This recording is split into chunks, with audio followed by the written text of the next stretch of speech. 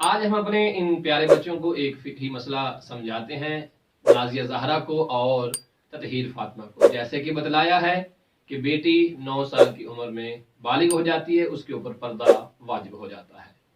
تو آیا اب بیٹیاں مہندی لگائیں یا نہ لگائیں؟ یاد رکھیے گا، شریعت جب واجب ہوتی ہے تو اس کی پابندی کرنا ضروری ہوتا ہے۔ بیٹیاں مہندی ضرور لگائیں، لیکن اس مہندی والے ہاتھ کے اوپر کسی غیر محرم کی نظر نہیں پڑنی چاہیے۔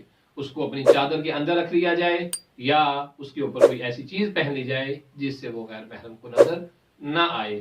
بیٹیوں کی حفاظت کرنا ہمارا مذہبی دینی فریضہ ہے، تاکہ ہم اس زمانے کے تمام شیاطین، بالخصوص بازاروں گلی کوچوں میں پھرنے والے ان شیاطین سے اپنی بیٹیوں کی خود حفاظت کر سکیں۔